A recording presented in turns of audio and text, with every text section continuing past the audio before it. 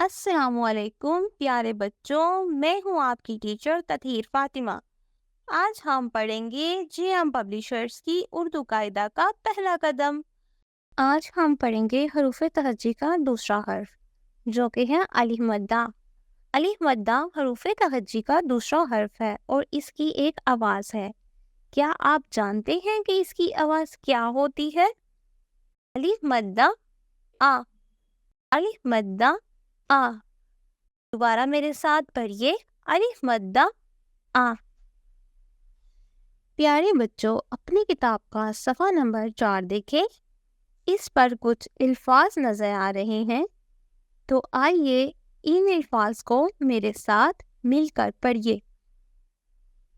الف مد آ، آرو۔ الف مد آ، آرو۔ الف مد آ، آگ۔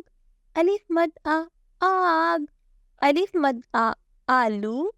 الف مد آ، آلو۔